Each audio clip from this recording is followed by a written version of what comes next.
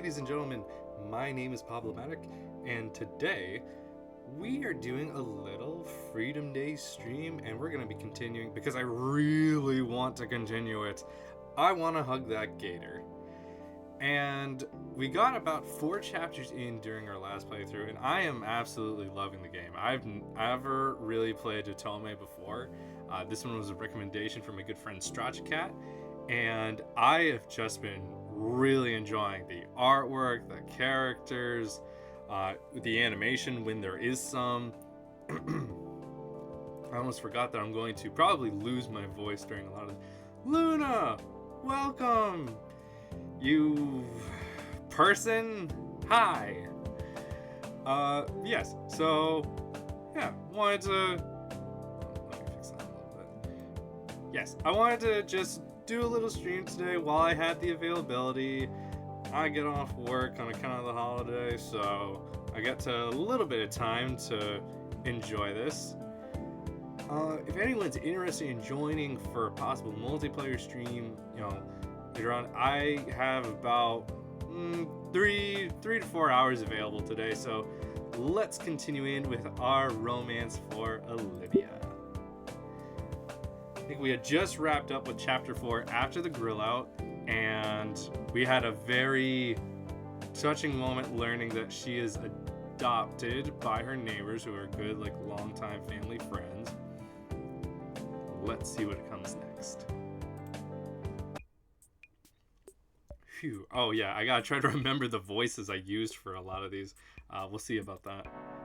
Made it just in time. I take my seat right next to Olivia and let myself relax for a second.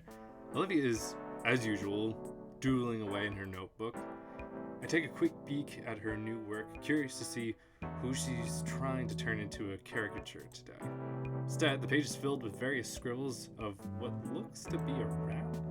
The only piece of shading for its fur is just on its head, save for a white spot around its right eye. Looks like the same one she doodled on a note we passed around in history class. Mirrored mural shows it in various poses and scenarios, some basic and some pretty creative.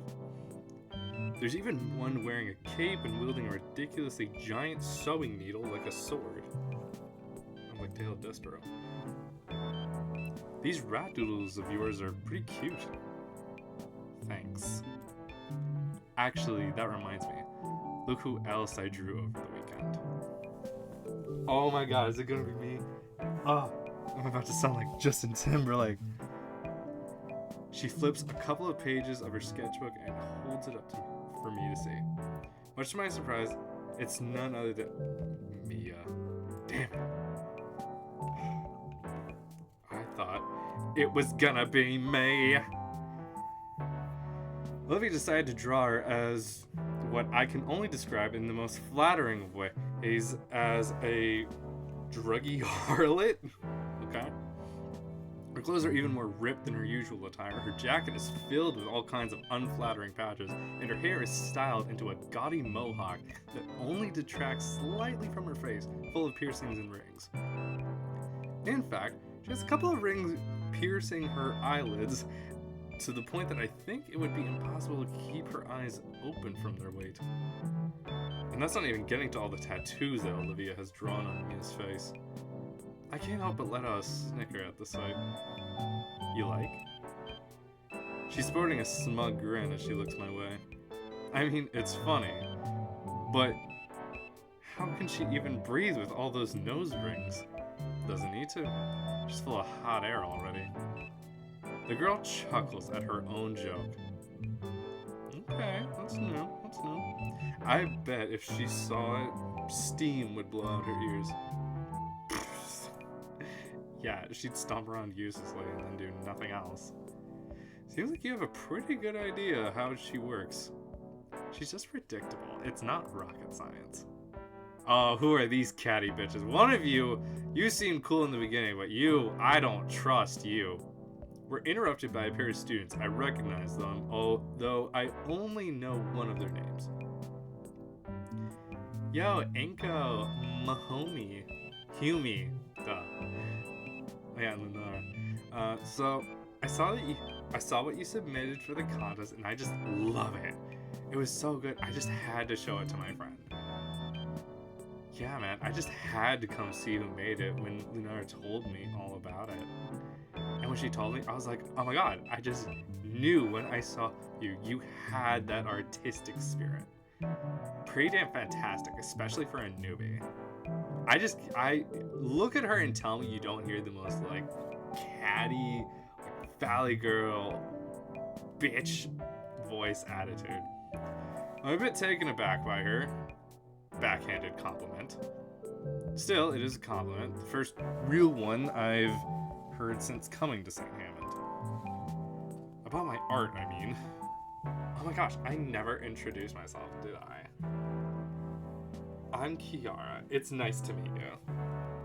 Why do I feel like that's just another, like, subtle thing about her name and these characters? Yeah, likewise. Cool.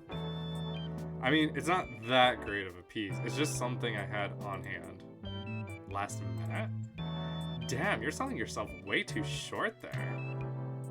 The look on Olivia's face during this tells me all I need to know about, like, these two bitches. Yeah, your work is absolutely gorgeous. Yeah, I'm thinking we should hang out sometime. Oh, you slut. Stop trying to get into his pants. Oh, fuck. Is she? I fucking knew it. Oh, shit. The bell's ringing soon. Already? Damn. Well, it was nice seeing you again, Inco. Keep up the great work. Be seeing you later. Yeah, be seeing you real soon, Inco.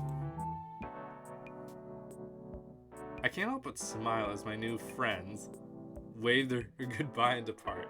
Oh, I am an idiot if I think those two are friends. I had a feeling of joy washing through my head as I replay their words of praise repeatedly. In the corner of my eye, Olivia's smile reflects the overwhelming cheer I'm feeling. Though it seems to vanish the moment I look her way. Seems like you're becoming the talk of the school. I mean, I hoped that I'd get some positive feedback about my work, but I didn't realize that it would be that good. Olivia chews her lip in contemplation before turning to me. Say, Inco, can I see your submission? Sure, give me a second. Luckily, I'm prepared, as not only do I have my portfolio drive, but I finally set up a cloud drive for it. It's as simple as opening up the application on my phone and swiping to the exact digital copy to present it to Olivia. Ta-da! I consider it my magnum opus. Magnum opus, I finally got to say it! You keep a copy of it on your phone? I've got my whole portfolio in cloud storage. I learned it was a good practice from a couple artist blogs. So, what do you think? Oh. Olivia squints on my phone as she does her best to formulate her opinion. This is not a comforting squint. It's, nice. The compost of it is really something. You mean composition? Yeah, that. You did great, Inco. I feel like she's really trying not to harsh my vibe right now. Huh, getting a compliment from Olivia for my work feels a bit alien to me. But maybe, just maybe, this was the start of something new. Yeah, I can almost feel it now. Inco OG Nito. Ace photographer capable of capturing masterpieces through a photo lens. Yeah, that is a nice ring to it. Olivia must see my self-congratulatory grin because her own drops. Alright, you did good. Don't let it go to your head. When the grin remains, she forces it off by elbowing me in the chest. Ah! Warned you. Oh, that's a tsundere pose if I've ever seen one. I'd like someone to tell me otherwise, because I don't believe that it's not. That's going to leave a bruise. With that exchange behind us, Olivia and I get ready for class. As was the norm by now, Mr. Ladakin began class with some violent abuse of school property. Okay, hold up. I need to send, if Mr. Ladakin is here, I have to send a quick message. Your boy is about to be on screen.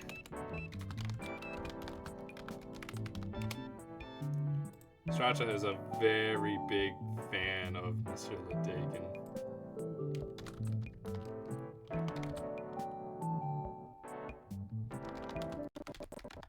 Oh god, something had an awful static there. Okay. Good morning, good morning. Now settle down, we've got some announcements to go over. I sit back in my seat, subtly feeling at the spot where Olivia smacked me in the chest. Yep, bruised. Sheesh. As the pale pterodon continued on reading from the announcement sheet, like he did every day, I found myself lost in my own thoughts. Nothing else really happens that I consider out of the ordinary. Things that are new, like the school itself, are finally starting to become mundane.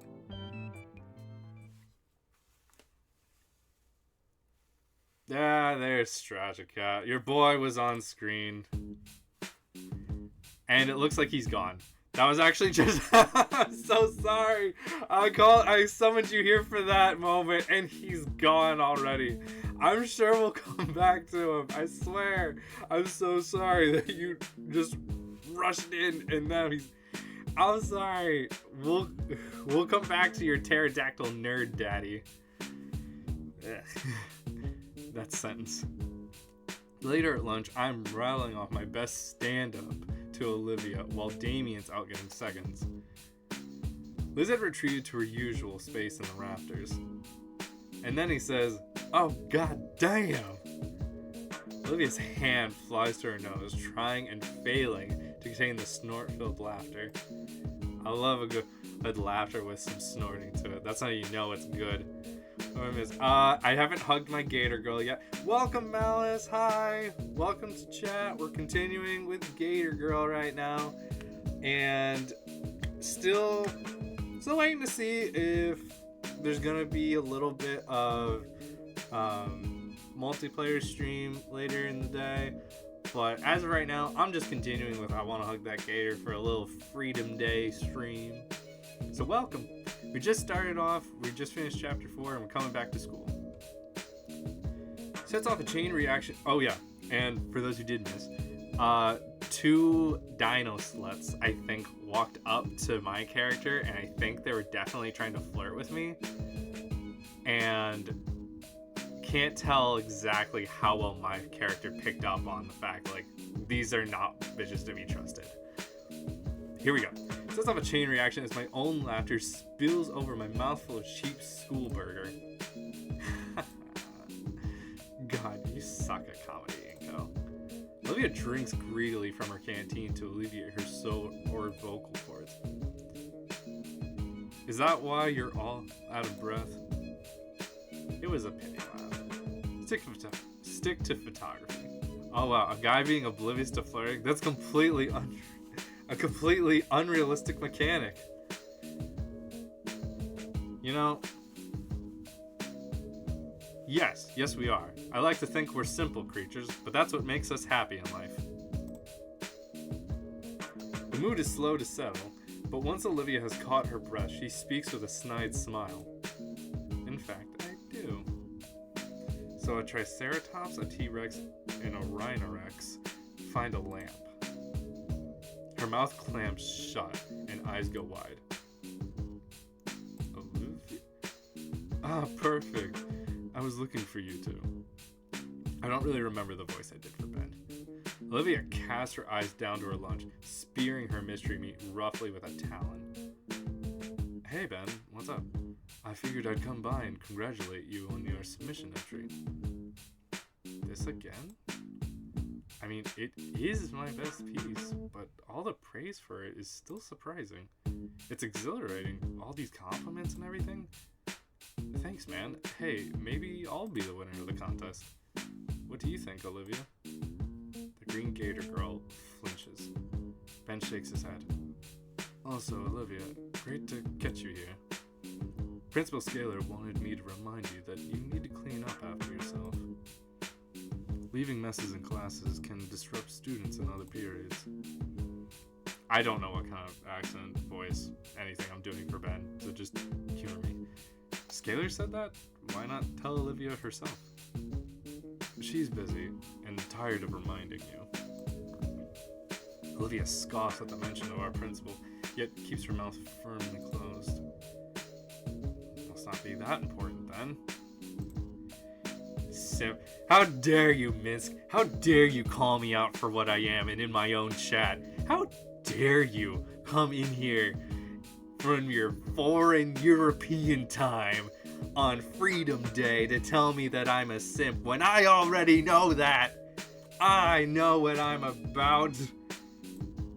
I know what I'm about. Hell yeah, I'll admit it too. Inco, I just spent my entire second period cleaning up her mess because she's not taking anything seriously. Maybe I should do just like a really catty boy accent for Ben. I'm not supposed to be Scalar's errand boy, and I'm certainly not supposed to be a personal janitor.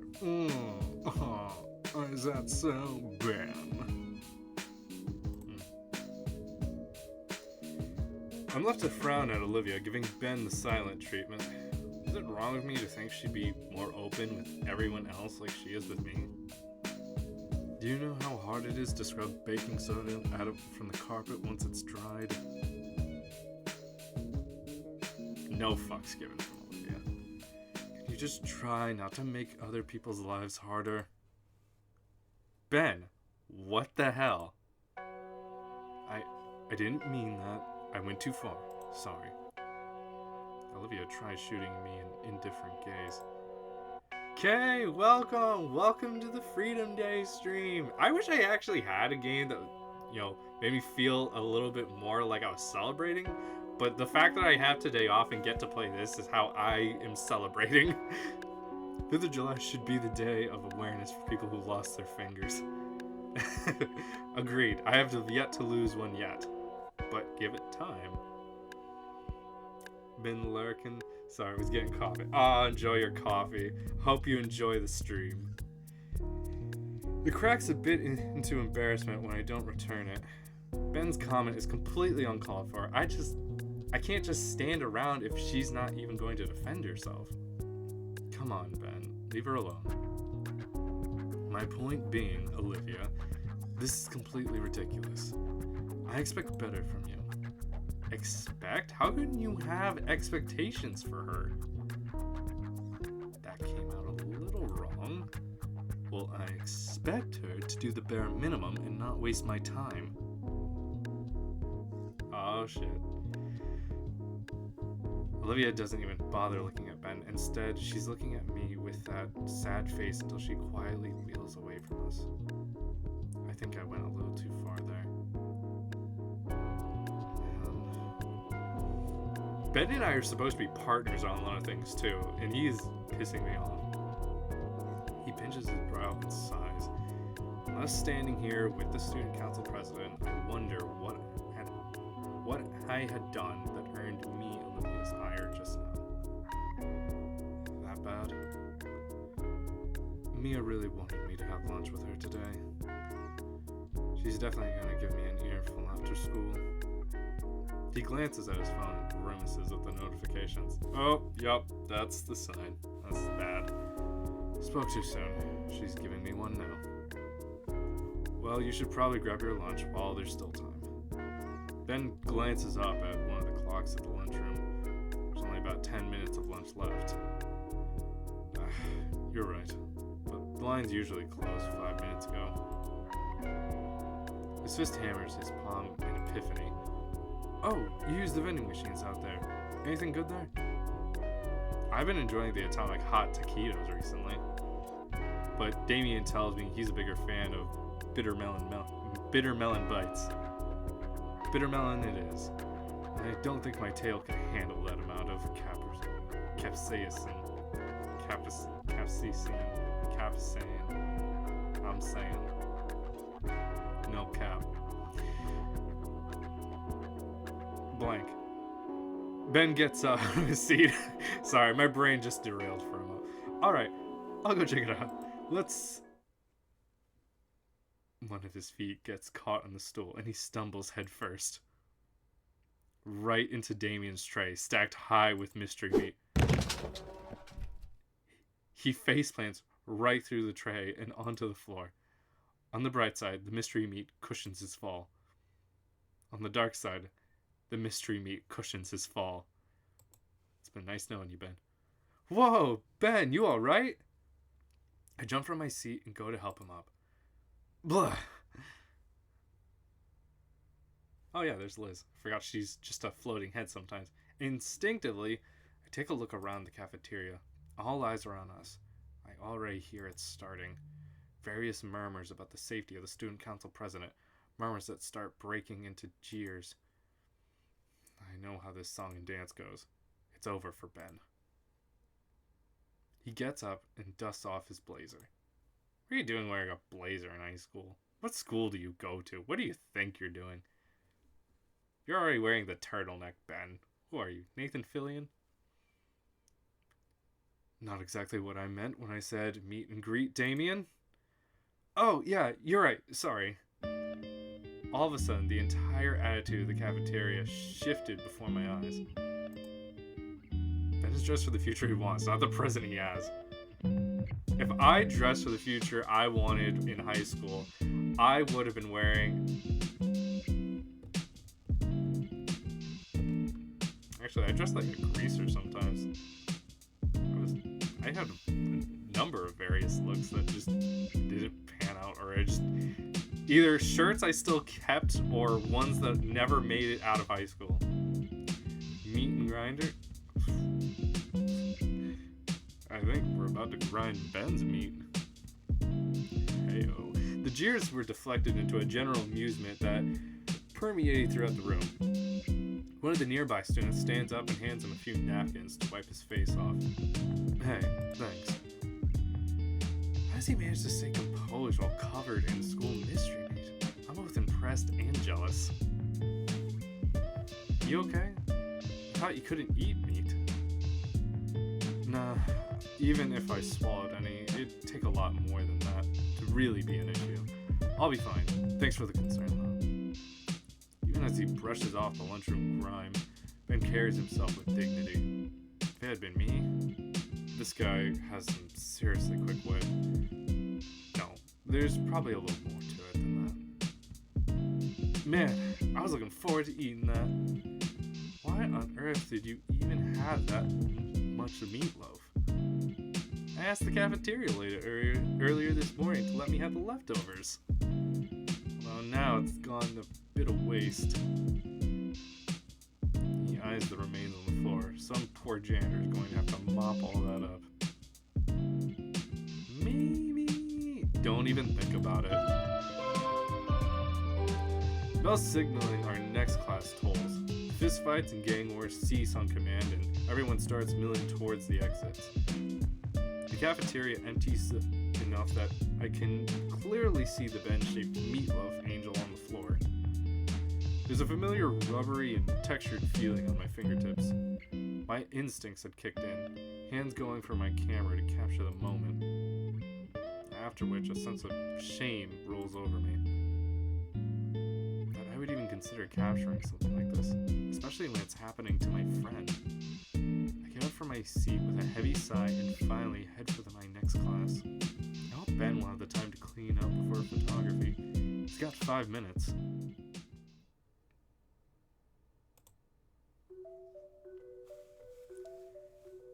On my way to photography, I'm still a bit caught up by what had just happened. I think I'm starting to see how Ben accomplished that. I mean, ordinarily, an incident that embarrassing would be just detrimental to your social standing. On my first day, I went through something just like that, an event so humiliating, people were spreading rumors for days. Sure, they died out pretty quick, but the fact is it happened. One moment, everything is fine, then suddenly, something you couldn't have seen coming just upends your life. Stuff like that can happen all the time and to anyone. It's something that's always terrified me. It's something that just happened to Ben. only he was exempt. He was quick on his feet and diffused the situation faster than it could have really started. It's like disaster avoidance. I seriously think it's oh my god. I seriously think it's the most important skill one can have. To have everything under control, to see trouble from a mile away, and make it a non-issue even when it takes you by surprise. The sort of social capital is something I need. Maybe it's a little selfish, but if I were seen that way, then any sudden happenings would be forgiven instantly. Of course, Ben isn't alone. The world is full of people with that skill. Only I'd be lying if I said most of them deserved it. Most people able to get away with stuff use their technique, their unique ability for just that, getting away with stuff. What should be seen as a blessing of a social buffer is just some enabling trait of theirs. Charismatic get out of jail free card. If I had that ability, I'd use it to push myself to my limits both artistically and productively. That's my ultimate goal. Ben is one of the good ones, definitely.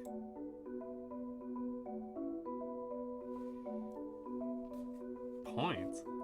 What are these points now? I'm not even familiar with that. He's definitely earned my respect over this. Yeah, sorry, I'm not familiar with the points thing, Minsk. Sorry. The question remains though. How do I get like that? That line of thinking's cut off as I round the next corner. Wanted to talk with you, Olivia. At the center of the hallway intersection, I see Mia and Olivia. Oh, God.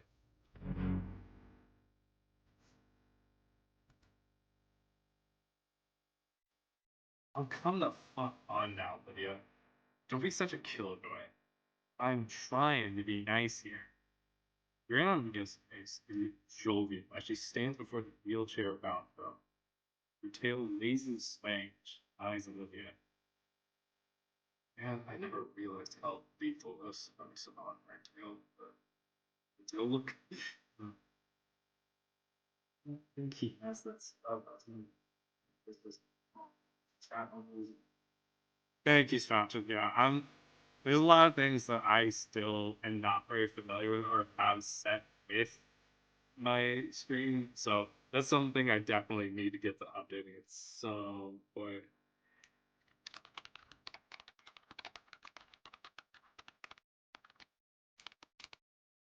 Alright, let's see.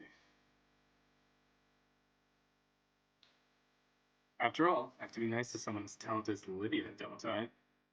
Either are a pair of similarly smiling Surrey girls. Actually, wait a minute.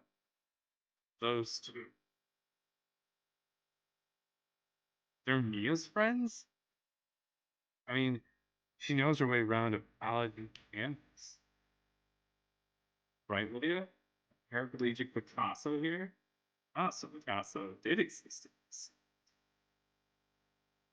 Oh, isn't we to bring down the game a little bit as far as the music goes. I only just now realized just how much it was coming through. Does that sound any better?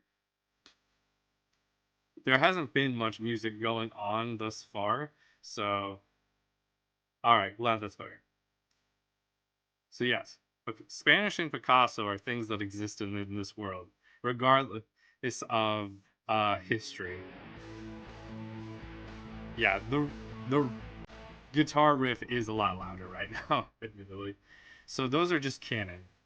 Spanish and Picasso so far. Oh, and Jesus. We know Jesus is a canon event in this world. That's you, right? I can't imagine how useless you must feel otherwise. I'm so glad you're able to put those thoughts aside and paint some things you like. Mia takes a step towards Olivia, her previous expression taking on a more ominous air. He is. They referenced Jesus earlier. Like, thank Raptor Jesus or something. Oh, and almost Power Rangers. But in this world, they're called Raptor Rangers or something like that. Either way, still canon events. Right. Yes, for all that talent and untapped potential, you seem to lack some of the basics expected of a functioning young adult. His lips part, revealing a cruel grin. I hear you've been a really dirty, messy little baby, leaving your stuff everywhere in class and getting it all over the place. Oh, this is about Ben cleaning up after her. They should stick you in a cute little bib. Yes, picking on someone in a wheelchair. There are people like this. Jara and Lunera enough, jeering loudly at Olivia. He snaps her finger, causing the two of them to go quiet. I still don't want to believe it. Those two. They were so nice to me. What are you doing with Mia? I know them. They're smart. They know if this is what it looks like. It's horrible. But you're still all about them curves, not the attitude. Well, I mean, I don't know. She's got nothing on Olivia. I'll say that. Like Mia's whole look, nothing. Lunara's whole look, cool, but I don't know. Uh, Kiara, mm, fancy, but not my fancy. They're not the kind of people to punch down like this. But they all decided to do this, right? So what's going on? Is there more to the situation? He takes another step towards next. Oh my god, another step forward. Figure now looming over Olivia. Olivia, oh my god, I can't read. As she looks down with a cruel sneer on her lips. Normally, I wouldn't waste my time trying to single you out. I'm gonna use this moment to make you get the picture. Benny was supposed to join me for lunch, but he had to stay behind to clean up after your mess. You got your issues. You can't ride a bike, whatever. That's your fucking problem. Stop making it mine, Lydia. Or do I need to start being a problem for you? Yeah, does Ben look like your nanny? Well, she does come pre-packaged with the stroller. Come on, Mia, that's crossing the line.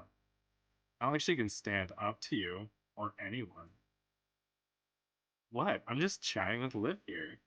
Yeah, these bitches. I knew it when I called them.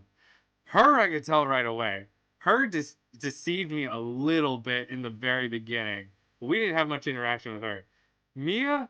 Oh, I hope we warm up to her later. But otherwise, this is, you are, that's unfucking forgivable. But if I did hurt your feelings, I'm really, really sorry. Oh, you. Ah. I'm about to use the Australian C on this bitch. I'm going from a B to a C soon with her. But I don't think I'm supposed to say that. Kiara's beak clicks loudly and repetitively, like Lunara's hand covers her maw to hide a giggle. Oh, don't take it so personal, Olivia. I'm just teasing you. Right, Liv? We're all just one big happy family here. Lord knows some of us here could use one. Oh! Oh! Oh! You did not call out her family like that. I I don't even know how to respond to that. I want to hear both sides of the story here. What history Mia and Olivia have for a confrontation like this? I think getting this upset over her missing lunch with Ben is extreme, but Mia's friends remain by her side, completely steadfast against Olivia. Is it that bad? And yet Olivia says nothing to her. She has her head atop the knuckles of her hand, like I would during Progling's history lessons. So, are you a human who got isekai into the scaly fantasy? No. So, we are a human who goes to a school in a world where there are both um, dinosaurs and humans. Both have just kind of like, just kind of evolved. Though, like, obviously, like, some of the dinosaurs and reptiles still have, like, some traits still. Some, like, just some animalistic characteristics though. Like, I don't know, Damien loving raw meat. Like, they can eat things differently, and their diets are very different from humanoids still. This is just a area where there is a lot more reptile species. I'll take out the isekai part and it's still the same. Yes, very much so. I'm the only human in this school. So I was a little bit of a phenomena in the very beginning. There are moments where Olivia's tail would press into the floor, shifting her chair back or to the side. It looked like she was attempting to sidestep the conversation with that muscular tail, but Mia's own movements cut her escape attempts. Mia returns the calm stare. There's no motion, but the staring contest was a fight in its own, and the first to look away would lose. Olivia's frigid indifference towards Mia's piercing gaze. Kiara ends up dropping her phone, and both glare at her simultaneously. A draw. Kiara, I swear I'll kill you one of these days. Olivia takes the opportunity to move past Mia. Mia makes no attempt to toughen her stance and continue to spew out of her spew of insults. What? Leaving so soon? No response. And so quickly? That's almost normal walking speed. Oh my god, why are you such a bitch? I was honestly thinking you need a cooler nickname to go with your need for speed. Hot Wheels. Oh, that might have hit something. In an instant, Olivia stops to a squeaking halt. Gone was her stoic face. In its place were eyes wide with shock. How the hell? Olivia's pace falters. Mia quickly steps ahead again and places a foot on her left wheel. Your brain-dead, fin-head friend told me back in gym class. He went on about how you had it back when you were still soiling your diapers. Honestly, I think you should embrace it. So say it. Olivia, no, don't. Well? She called her Hot Wheels, which I guess apparently really strikes a nerve for Olivia. Olivia, don't say it. Are you retarded, you stupid bitch? Fucking say it. God, do you need to fucking speech therapy too? Say it! Hot Wheels!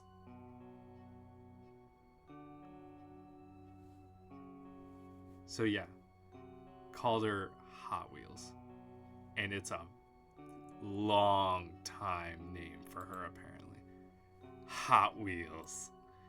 See, I knew you could do it. Kind of fitting. I agree with half of it. Olivia's claws dig into her armrest. We're standing here the whole time. We're here the whole time. I know Mia would probably kill us, but still, something. Interrupt it. Say something sooner, please. Maybe it's the nuance. The point is that only half of it works.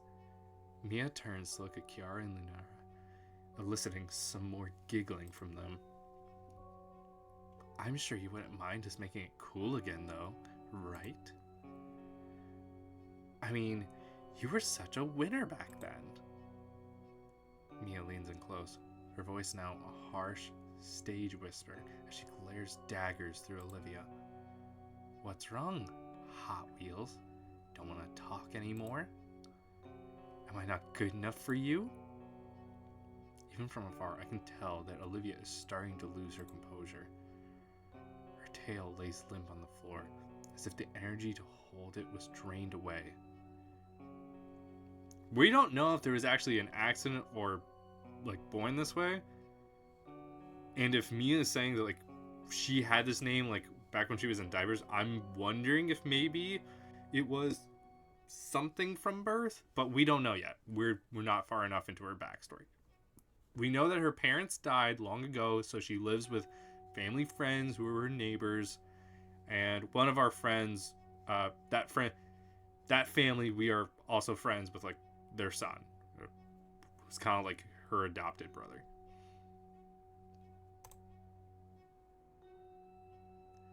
Oh my god. I think this is bullying. Are you fucking kidding me? You think this is bullying? Oh. Oh my god. Oh. I'm an idiot. I didn't want to believe it, but it's undeniable by now. This is textbook bullying. It's unfair. No shit. It's like when you're in line to use the restroom after hours and hours of waiting and someone cuts in front of you. Completely inexcusable. Captain fucking obvious on the Century Award. Is this the part where I should step in? What do I even say? I have to at least try, right? It's my duty as a fellow student. Maybe I don't need to say anything at all. Just being present for Olivia against the Horde. And it certainly wouldn't help if I got an even bigger target on my back for Mia. Olivia wrenches herself free from Mia's foot and continues down the hall. The others follow like vultures. Oh man. I need to think and act fast. Am I actually going to get a choice on something? No. My legs move on their own and I cross into the hallway. I'm instantly noticed. Mia's already registered my presence and her expression changes. My heart starts beating quicker and harder. Time's up for being indecisive.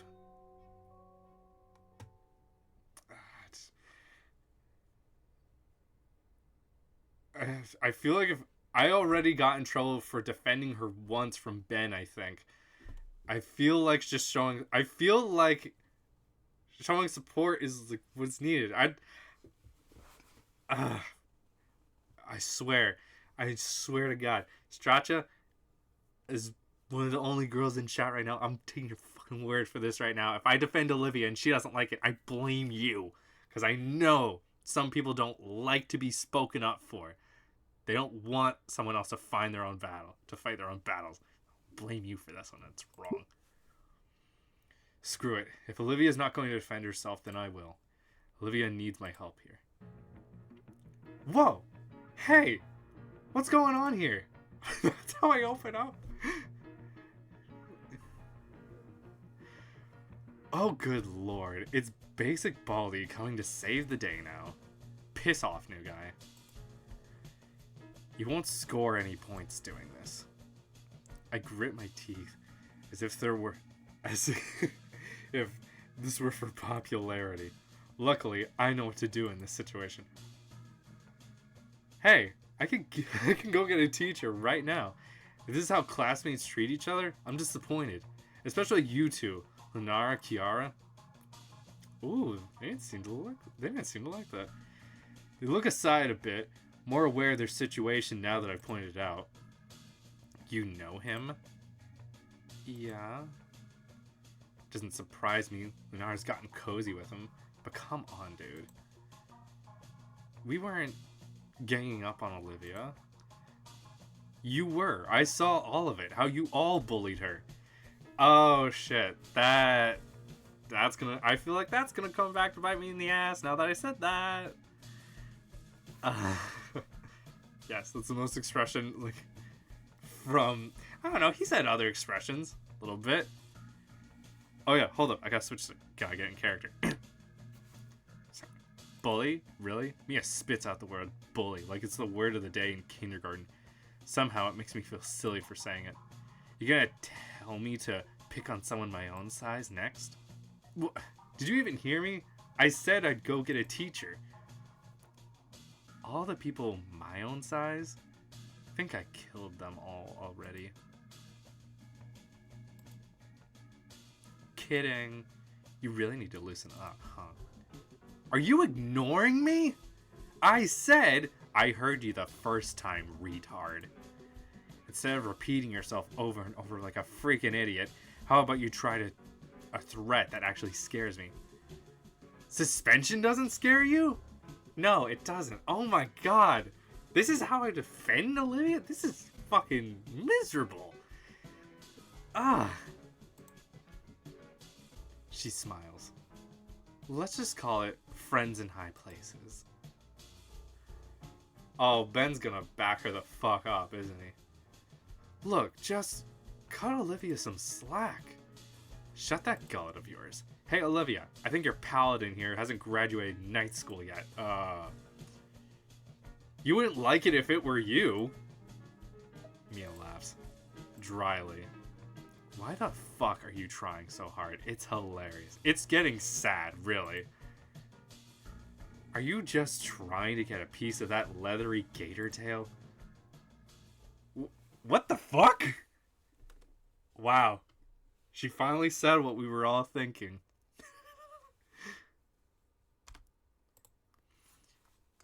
Yes.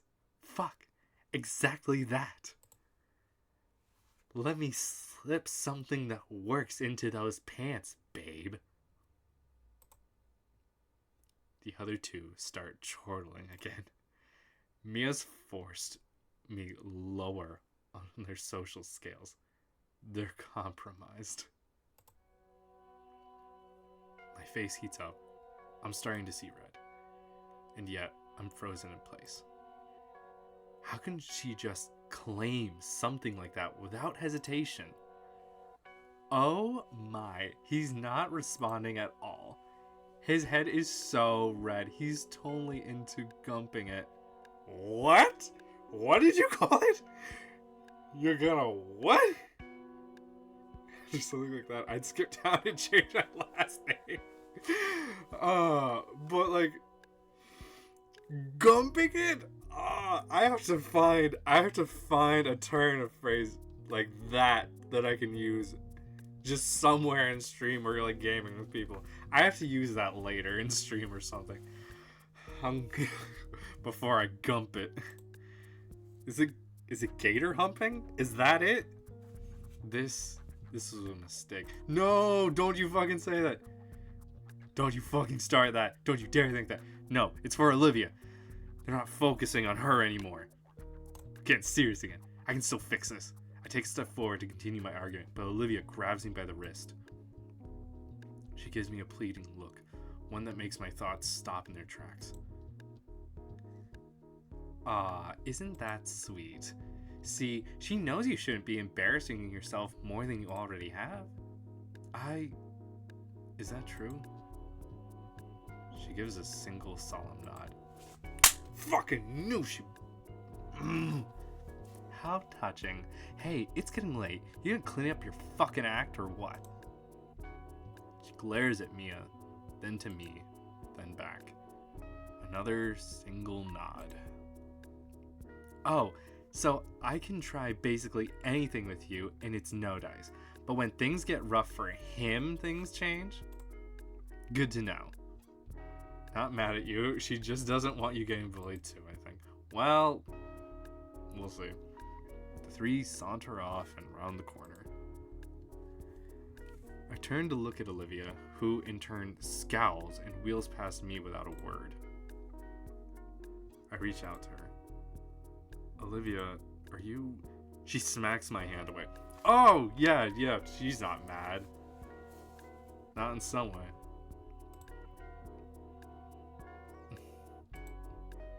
I'm sorry. It's just that I couldn't sit back and let Mia trash talk you like that. Olivia stops in her tracks for a moment, her head turning back towards me.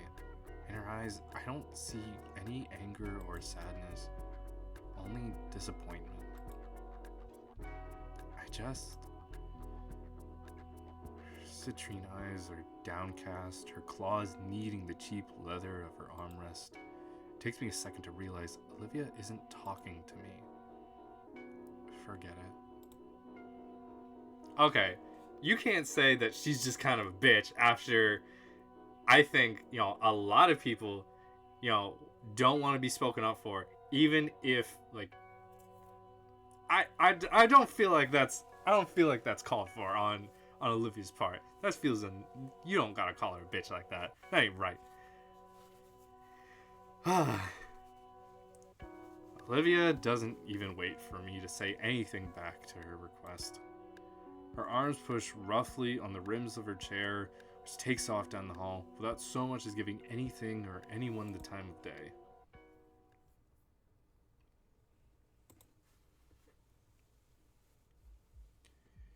History class is as bland as it usually is. Proclin continues prattling on about some sort of historical event. I mean, I get it, but I always hate that trope where it's like, hey, you're getting bullied or hurt and I care about you, let me step in, and then being all pissy about someone trying to help. Gee. Wonder where that trope comes from. Life, maybe? But most of my attention is on Olivia. She has her hoodie over her head and looks lost in thought. That altercation must have really shaken her up. More than I thought it would be. Part of me wants to ask if she'll be okay, even though I'd already asked 3 times today. The last thing I'd want to do is prod at her. Soon enough, class nears its end and Olivia uses her accommodation to leave the class early. Besides, we can talk about it after school if she wants to anyways. The more I think about it, the more I realize that I had my first real confrontation with a bully at school. I heard once that when you get into a fight for the first time, you throw up from the adrenaline. No fists were thrown, but I feel about the same right now. It probably boils down to the bully person who used it to just seeing that you treat them like a victim. That is another thing. Some people don't want to be defended because they want to fight their own fights. It makes them feel less independent at times. And I'm sure for Olivia's case, she probably feels really, dependent on everyone. So having someone else try to step in for her in a time when she thought that she had it under control and thought she could stand for herself, it really just reminds her just like, okay, well, now I'm feeling lower to a point where maybe I'm making someone else start to feel lower as well. And I'm not saying that's the case, but I think it would be pretty understandable if it was. I wring my hands together to try steadying them. Jeez, I'm a wuss. I stood up to Mia for Olivia and I ended up in this mess. It's the next day already? Final class ends and I'm set free for the day. Stepping out of St. Hammond's main entrance, I'm surprised to see my friends huddled together in a tightly knit group. I usually don't see any of them after school. I always assume they left as soon as the bell rang. Hey guys, what's going... Inco! Damien looks exceptionally worried as he glances at me. Inco, you believe me, right? Pardon? Olivia's nostrils flare with an exasperated snort. I didn't mean for any of it to happen. Oh, he's the one who told Mia and them about her nickname. What's the matter, Damien? When Mia asked about that nickname stuff from so long ago, I just blurted out. She didn't say she used it for something so unscrupulous. That is a big word for you, Damon. Congratulations. Good for you. I'm ashamed it took me more than a moment to figure out what was happening. Guess Damien feels culpable for what Mia said, but why?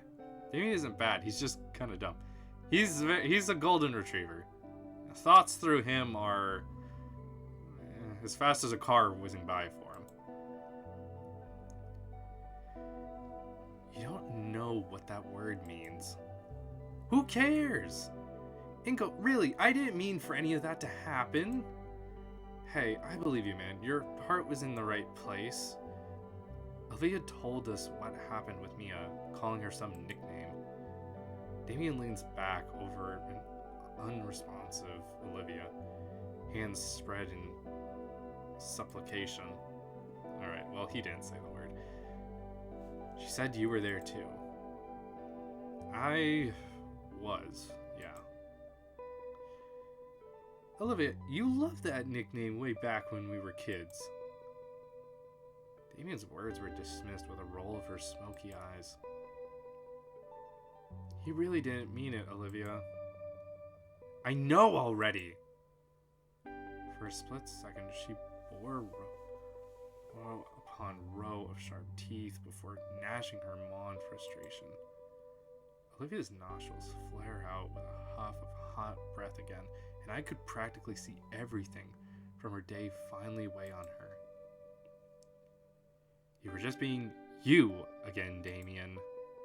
Sometimes I wish you weren't, but whatever. There's a grittiness to her voice once more, but she continues on. She holds her canteen up to her lips, but drops it immediately. Empty again. The grit in her voice is back, but she presses on. And the nickname is just that, a nickname. I don't want to hear it again. Especially from her, especially if it's just to get under my skin. Olivia stares at Damien for a while before breaking contact to glance at Liz and I. Why not? Wait, did I say that? Why did I ask that? It just kind of came out. Liz notices Damien still organizing his thoughts. Seeing as neither of the others are going to answer coherently, she sighs. Well, I wasn't around for this, but when they were freshmen in middle school, Damien and Olivia would take the bus every weekend to an arcade in the city. I guess he came up with a nickname around then, and it stuck. That's half right, but I didn't come up with it. I brought a chunk of change for us to play stuff with each other. I matched on just about anything.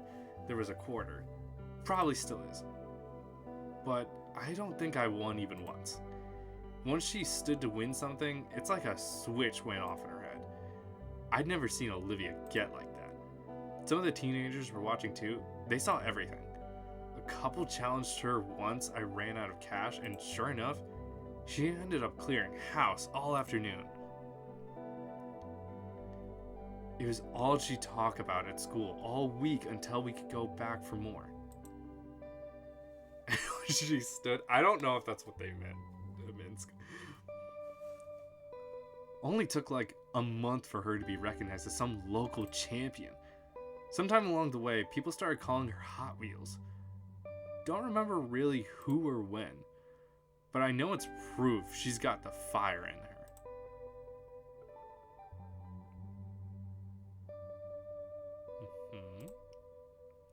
Wow.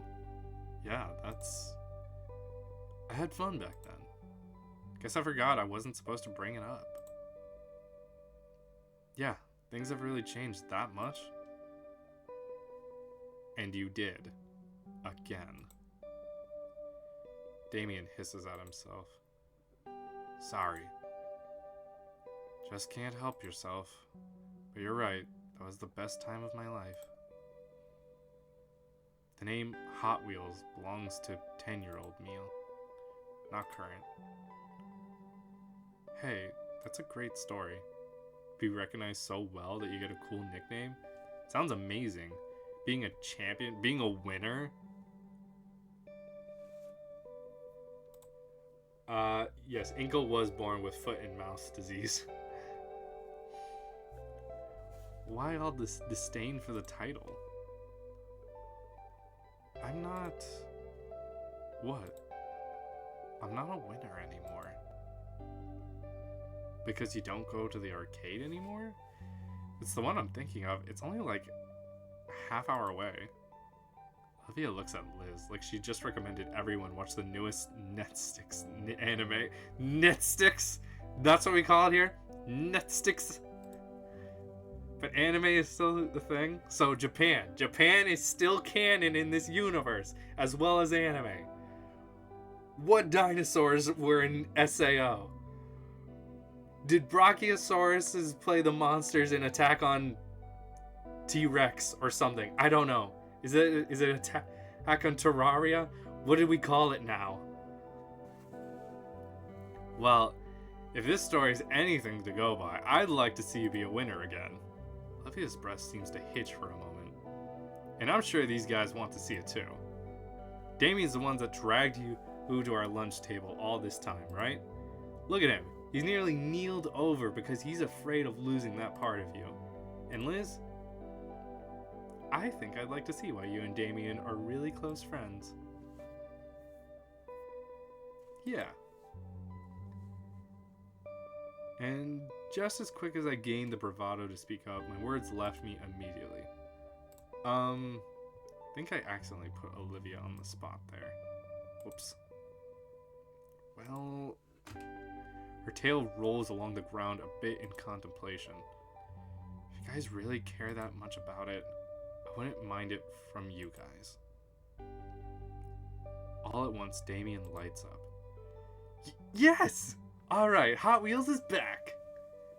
You guys now refers to Liz and Inco. Damien's shoulders drop for a moment, but he quickly recovers. Hey, if we're getting the name out again, we should go visit the arcade together sometime. I'd rather not. Okay, then how about a better name? Like Death Roll. Olivia swings her tail around to trip him, but he's fast enough to jump over it. Damien's words flood out as he contemplates new nicknames for Olivia to try and appease her, many of which are shot down by her or leave Liz and I chuckling. More like drum roll. Thank you. Gradually, our giggles died down and the four of us chatted a bit more about the day in general. Eventually, Damien and Liz headed their respective ways, with Olivia deciding to stick around. Most of the school has filtered out of their various homebound rides or their after-school activities, leaving Olivia and I all alone. Really? Hey, I'll roll with you. Really? I mean, I don't mind, of course. It's nothing. House is only a few blocks away anyway.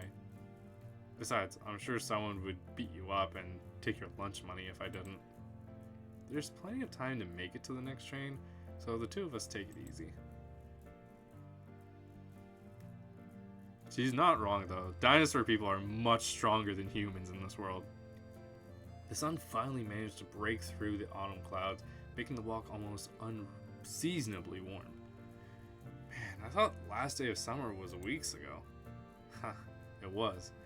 I don't mind it staying warm longer though. It was pretty great to me. Olivia gives her chair an extra hard push, letting herself glide by unaided for long enough to stretch out her arms to bask in the sunlight. I might have figured out you'd like the heat. Oh, what? Because I'm a dino? No, not like that. I'm just playing. Relax. Pretty touchy on that stuff, aren't you? Two of us finally make it to the train platform, nestled as it is off the main street. I can see the train a few blocks away, our walk timed up with its arrival perfectly. I just think it's important to be educated is all. Even if you're, what, the only human at our school? Olivia flashes me a cheeky grin as my train pulls up. I've got to admit, but her mischievous nature is a little infectious. As the train doors open, I leave Olivia with one final jab. Something I know she'd appreciate. Hey, whatever you say, Hot Wheels. I neatly dodge out of the way of her slashing claws, stepping smartly onto the train as the doors close. Inco, you son of a bitch! Get back here! As the doors ding shut behind me, I can see an irate and still blushing Olivia waving her fist as the train begins to blow it. Why did the view drop? Still giggling, I managed to squeeze myself into a seat next to the yellow-scaled woman smelling faintly of hot dogs. You know, I may pay for that comment later. Yes, I think he's very proud of it. But the look on her face was totally worth it.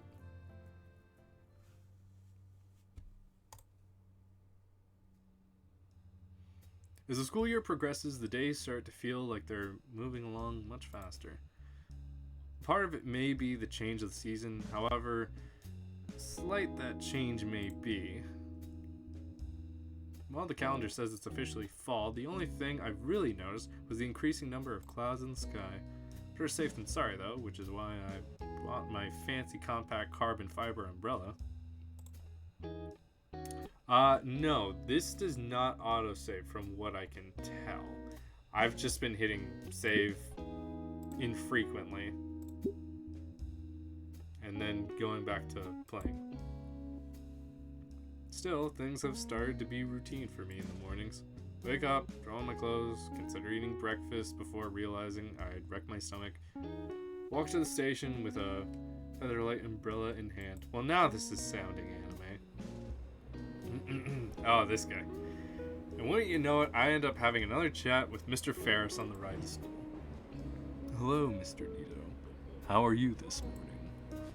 I'm doing fine, sir, thank you. And how are you? I'm doing well. I can't really do a very deep voice for Ferris. I imagine it is because of his size. So, my niece told me over the weekend that you and Olivia were in a predicament of some sort. Oh, yeah. Olivia was being picked on by someone, but it's not a problem anymore. I see. Well, that's unfortunate to hear, and strange considering the substantial funding the school gets for an anti-student harassment programs. What good is all that tax money if classmates are still ragging on each other? If it means anything, Olivia knows how to handle herself. I was there to support her, if you can call it that. That's fine, but the issue is, this sort of thing shouldn't be happening to begin with. That aside, Liz has gotten somewhat enthusiastic recently regarding Olivia. She's surprised at how animated she's gotten. Ever since that get-together at Randall's place, I think. I'd wagered you to have something to do with it? No? Maybe a little. Yeah, it was certainly rocky in the beginning, but we've been warming up to each other. It's nice seeing a different side of her, even if it is brief. I don't know. Can I take credit for that? We all have unique chances to make a change, Inco. If you're good at grasping them, and it's in itself is something to be proud of. How do you know it's really a chance to do anything? He lets out a deep, reverberating chuckle. Well, to flip our usual script and let you in on an old phrase, a friend of mine once told me, if you see a fork in the road, take it. Yeah? Thanks, Mr. Ferris. Okay. Interactions with him are strange. He's an odd one. Like my mornings, the school days have become a routine as well. Slave through PE with Damien, see Olivia's new doodles and sketches in art club. Watch Liz lose her mind tutoring Damien at lunch. Talk shop with Ben. Are we still cool with Ben? Should we be? I question that. Though now I have to avoid Mia like the plague, because she's surely out to kill me. All said, I think St. Hammond has been my best school experience out of... Man, I've lost count of how many I've moved to. Must be the fresh head trauma. As for today,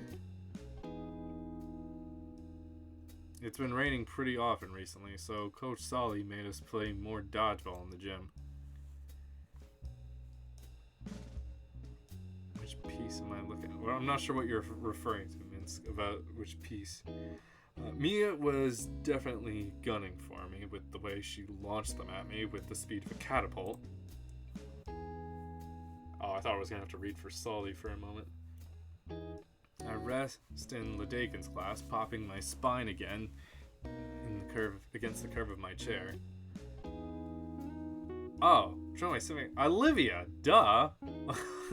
Is that even still a question at this point? She's best girl, man. I mean, Mia's cute, but she's still off. Just terrible. Just a terrible person. I rest in Ledakin's class, popping my spine against the curve of my chair. Apparently today's a short day because of some assembly, so the period will end much earlier than usual. Oh, something gonna happen at the assembly then? It also means we got most of the period to slack off, do homework. I glance at the desk next to me in the hopes of catching Olivia's latest artistic masterpiece when I notice she's not drawing, instead only fidgeting. Hey Olivia, you seem a bit nervous. Everything alright? Oh, yeah. Sorry, it's just that I've been hearing rumors that the school's shared drive might have been corrupted. Wait, really? Yeah, really.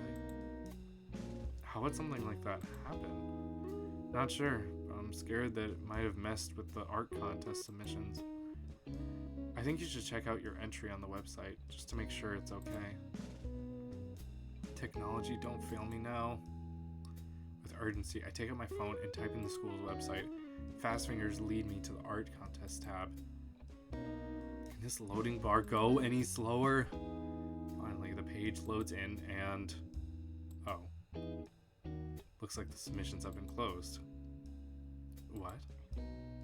I hold the phone up for Olivia to show her the page. The submissions have been closed since voting started last week. Oh.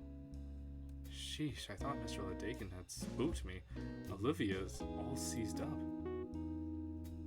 Well, that's quite reassuring. With the submissions closed, there's no chance of any hacker messing with them.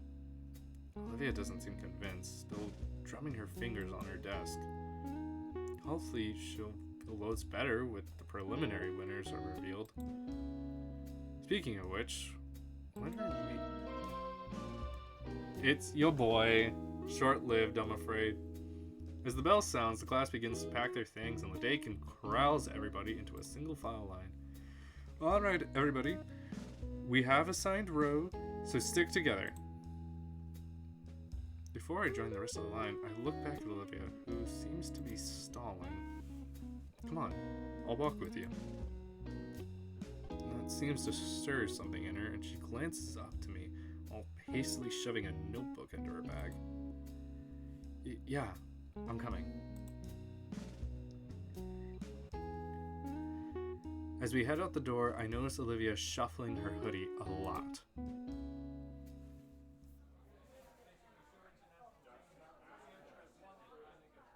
It's not a long walk to the auditorium, and despite Ledakin's best attempt, most of the class splinters off to sit with their friends. Having expected this, he shrugs and makes his way over to the back of the auditorium, where the other teachers are. Oh, bye, Ledakin. Bye, pterodactyl daddy.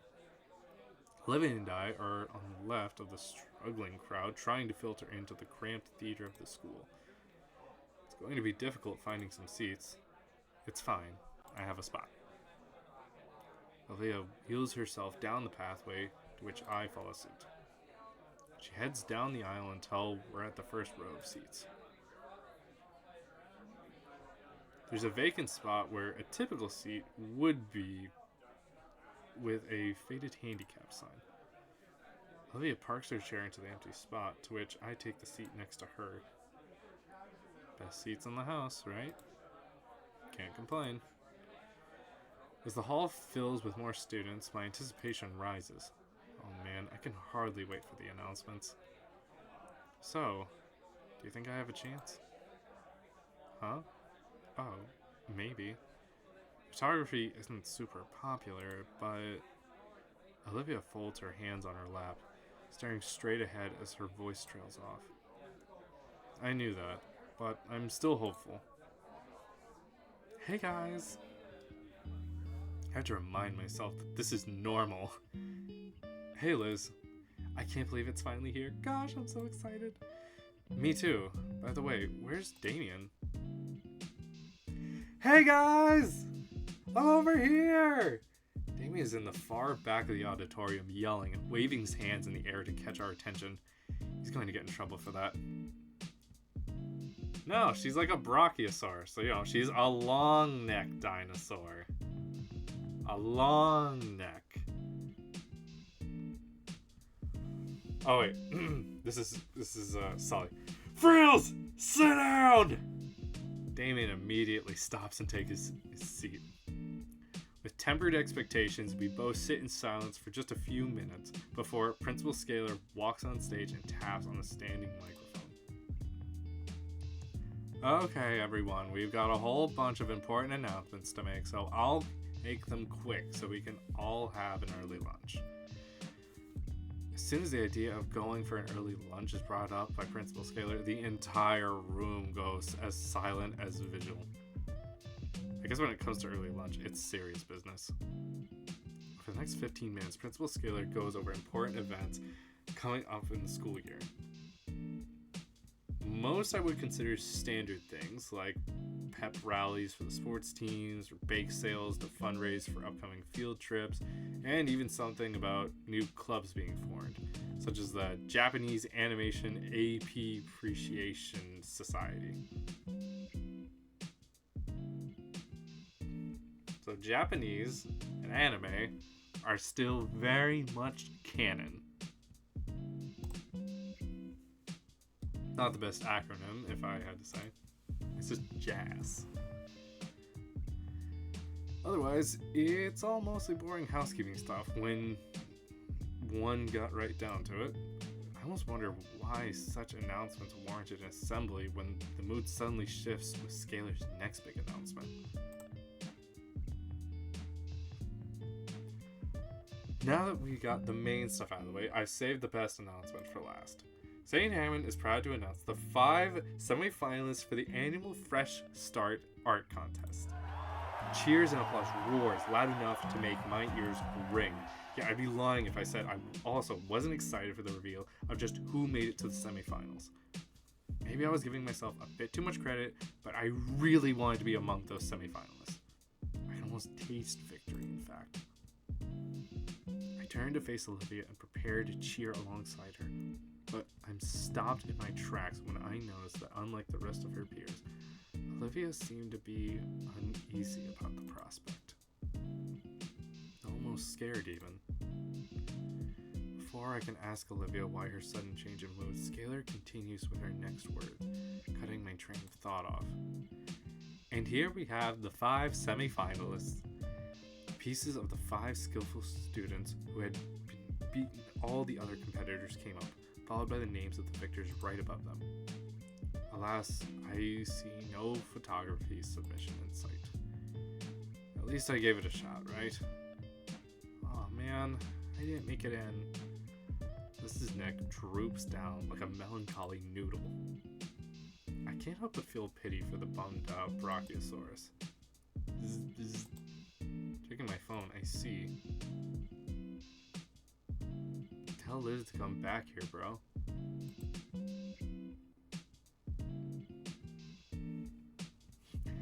I'm sure Damien's got that handled. I love how she can just lean her neck over everybody just back to him. She doesn't have to get up, she just has to lean over. Despite my sullied mood, I look back to the semi-final winners and can't help but be amazed by them. Each artwork is impressive in their own right, their colors blending wonderfully and the figures beautifully designed. It's easy to see why these were voted as the winners. The last one especially catches my eye. The scenic landscape with a setting sun looks stunning. If not for the slight stylization of the skyline and fantastical color palette, it'd probably pass off as real photograph with some filters pasted over it.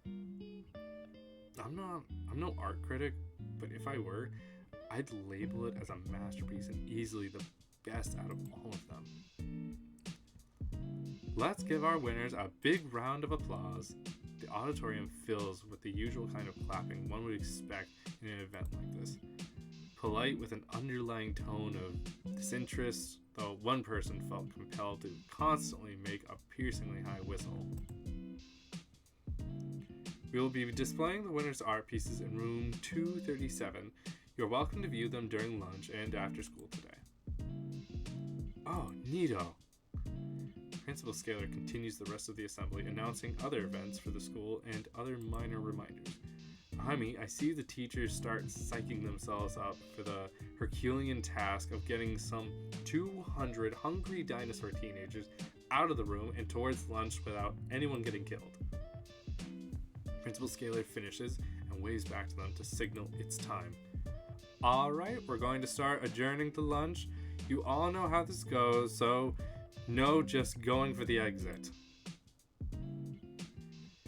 Being in the first row, we're the first to get up. I follow behind Olivia until we make it to the hall. Hey, Olivia. She stops and turns a bit.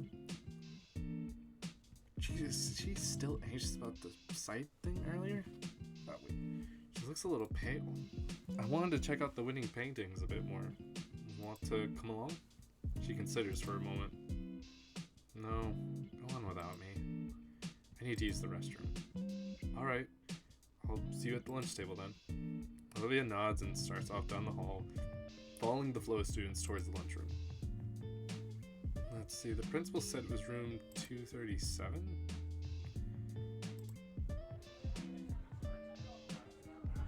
First thing I noticed walking into the classroom is the amount of people checking out the gallery.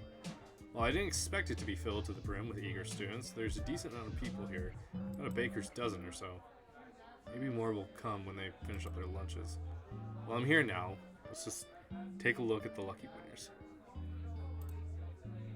The pieces are all set on easels in the back of the classroom. Some desks and chairs are moved closer to the front to give one its own space. One by one, I take a moment to give each canvas a thorough review. The auditorium screen really didn't give the art justice, because now I can really take in the detail, each one being up close. The color palettes, the brushwork, the subtle nuances, yeah, I can definitely see all of them having a good shot at being first prize. But now, it's time to see the one I've been eager to get a look at since it was first shown.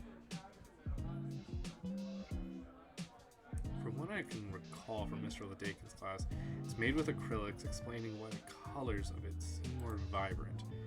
It stands out in defiance to the other paintings in the contest, most of which were violently absurdist and meaningless, or muted, still lives of ordinary objects. It's a meadow of mystifying colors and organic lines, drawing the viewer deeper into the piece, and I feel as though this would be a place I'd wake up to within a fantastical dream. There's no rigid structure or forced metaphors here, just a fantastical merger of creative expressionism and real-world beauty. I feel my fingers itching for the familiar weight of my DSLR. This is a piece that I want to immortalize in a portfolio. It's hands down the winner of the contest in my eyes. I simply must find out who made this. Looks like this breathtaking show of artistic talent was created by semi-finalist winner.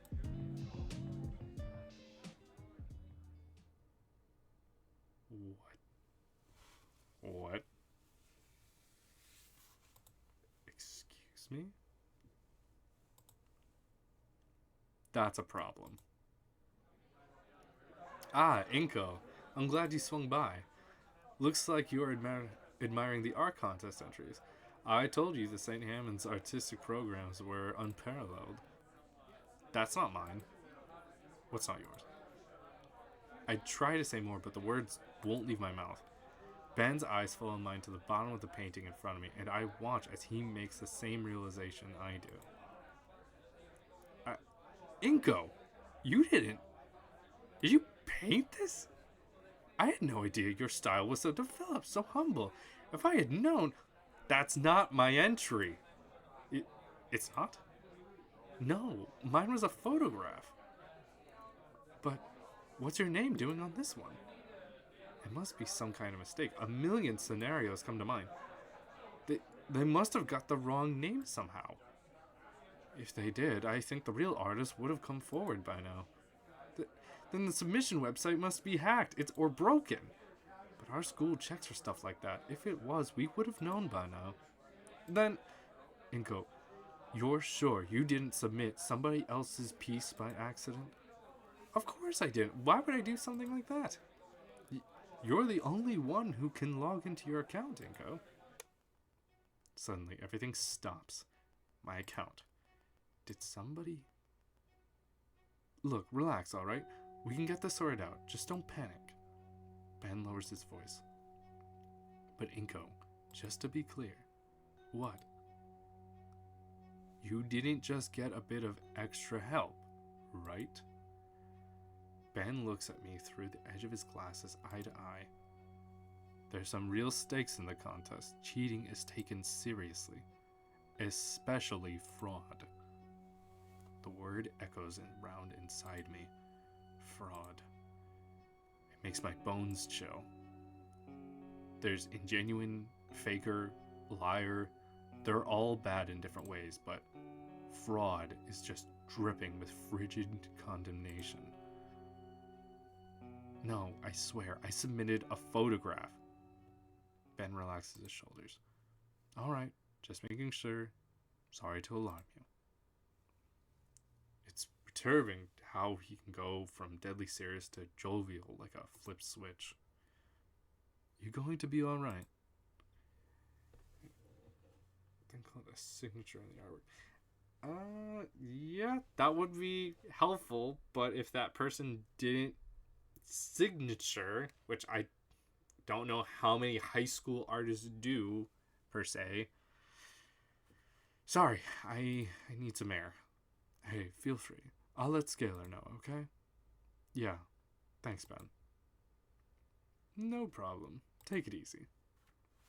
Ben offers me an earnest smile, waving at me as he steps out of the room and down the hall. After some time, I follow him, shambling down the hall as I try to make sense of what just happened. I thought everybody actually liked my photography, but they all thought I was some kind of expert painter instead. I don't even know how to express it. I feel empty. I thought maybe my hard work was finally paying off, but I submitted the right entry. So what happened? Did somebody change it? And if so, how? It's such a good piece, too. What even is there to be gained by putting my name on it? I wander aimlessly through the halls. I'm kind of clueless about it right now, too, honestly. I feel like this has something to do with Olivia, but I can't tell what. I'm not sure if anyone would have had access to. I feel like it has nothing to do with the hack. I don't know. I've yet to believe if it could or not. The thought of missing lunch passes through my mind, but there's a different sort of emptiness pervading my stomach. True. Mia does have friends in high places. And maybe Olivia against me. I don't know if that's the case yet. We don't know for sure. Why is this rattling me like it is? Man, it's not like I'm in trouble or anything. Ben's helping me sort this out. I'm at a loss of what to even think right now. Oh crap. Olivia mentioned something about server issues before. I couldn't see my submission, but was it just that? Maybe Olivia was right to be worried. Well, duh, why else would she be so nervous? My aimless walking leads me outside the principal's office in the gala. There's that one cityscape painting from the start of the school year. The very first painting I ever saw here, and still one of the best. A vibrant cityscape that morphs into rigid structure of urban planning into a soft and inviting utopia, as if viewed from the eyes of a child. The sky above the city is a beautiful shade of crimson, with radiant clouds clustered along its length. If the art contest submission was the best painting I've ever seen, then this one comes close. I can only imagine the accolades she must have gotten for painting this back then. You know, for a while, I got to have that experience. I got to step in the shoes of an artist much better than myself. Maybe that was the intent? All the praise, approval, everything I've been wanting. Just for a while, it was given by an anonymous stranger, whoever that may be. Actually, this gives me a bit of an idea. If I'm clever and Olivia's up for it, this can be a cool way to get her to show off her painting more. Everyone would like that. Maybe that's what she needs. I could act as, like, a personal publisher for her so she doesn't have to deal with people.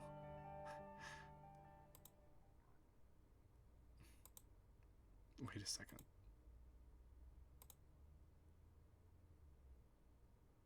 I peeled down the empty hallway. I need to find Olivia. She couldn't possibly. But why me? Why would she... Thinking about it only increases my worries and desperation to find who I hope to Raptor Jesus isn't the culprit. Told you! Raptor Jesus is the thing here. No one can deny him further.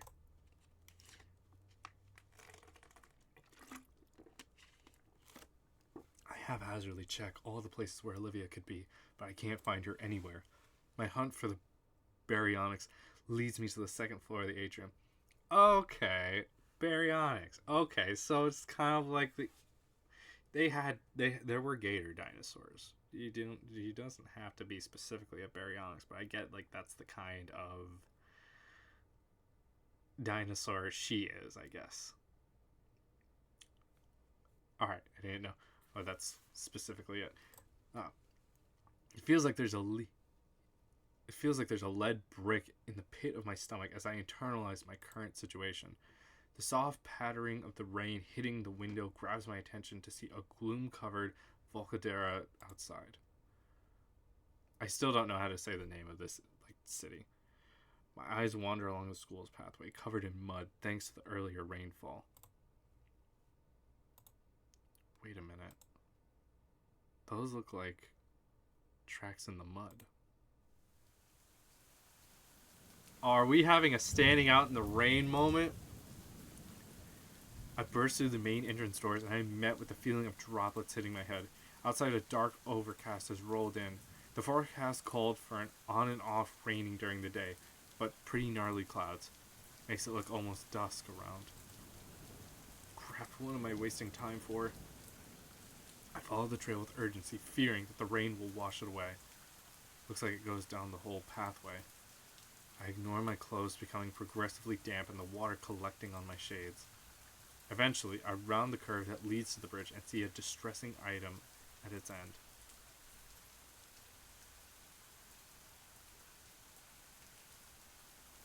No. A wheelchair.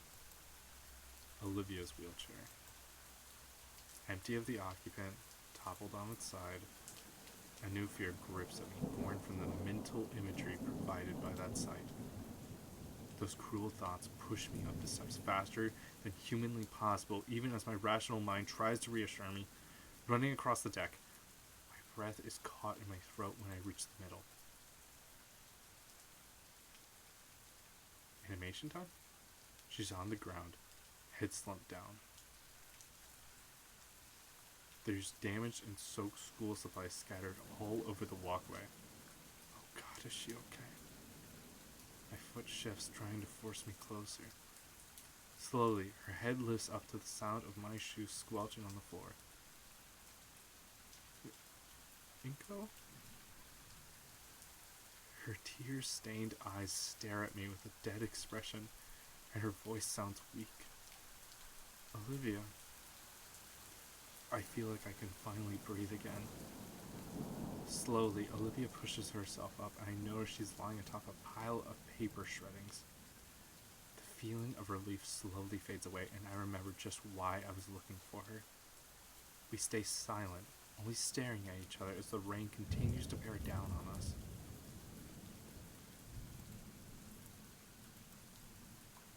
She simply sits there, letting herself grow more and more soaked from the rain.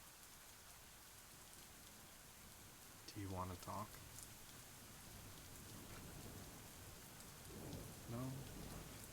No, not out in the open. I grab my compact umbrella from my backpack and unfurl it. It doesn't do much to dry Olivia off, but at least she's not getting more soaked. The umbrella is placed between us and the elements against the ledge, forming a personal canopy above us. Here, now we're alone. There's space next to Olivia to take a seat.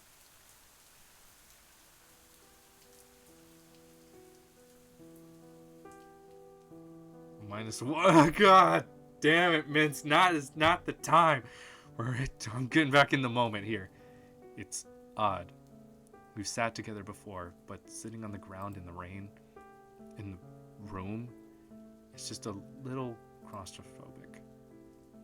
There's bits of paper melted onto the pavement, soaked by rain. Though torn apart and waterlogged, I can sort of make it out.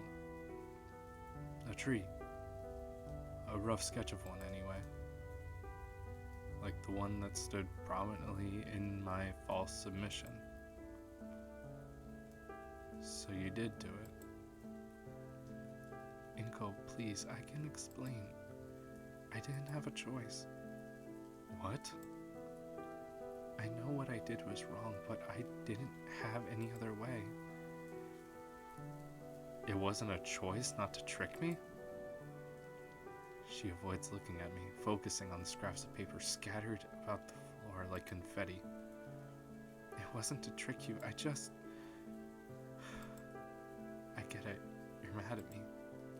I'm not mad. I'm just confused. I thought we were good friends. I wasn't expecting it. Expecting you. She pauses to give her throat some respite. Her usual water bottle isn't anywhere nearby. A shaky breath escapes her mouth. When you came around, I thought you were no different than the others.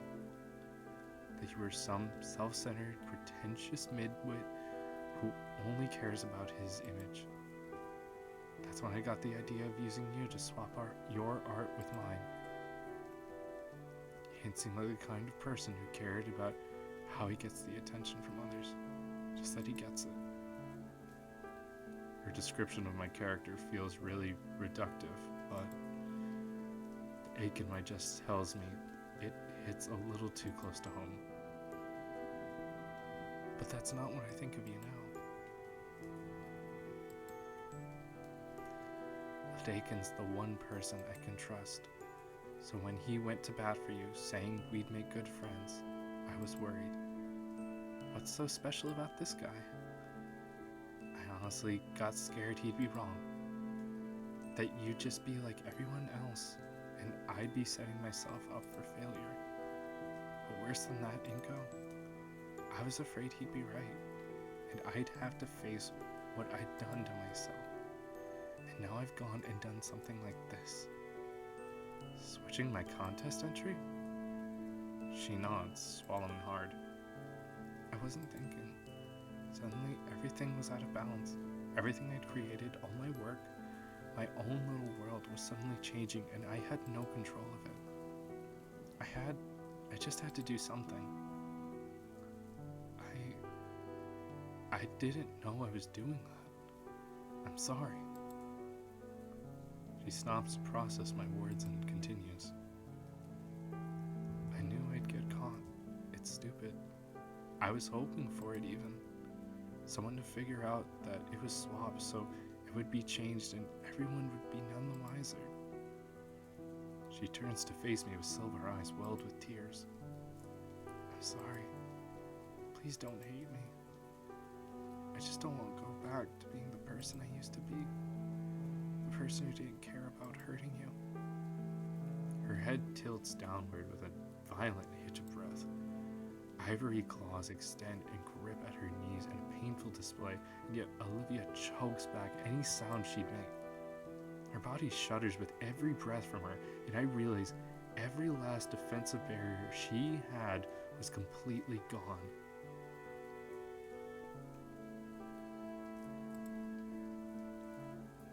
I'll summarize at the end in a moment. Olivia laid herself bare, leaving only the crying girl desperately trying to silence her pitiful tears.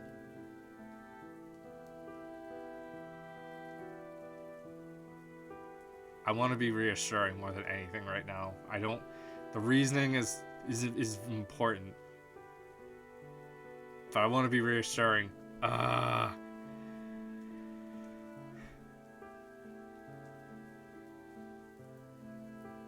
It's true. Faced with those unbidden words from Olivia, I'd have to be a heartless bastard to do anything but accept her apology. It's clear that the guilt has been rotting in her conscience ever since.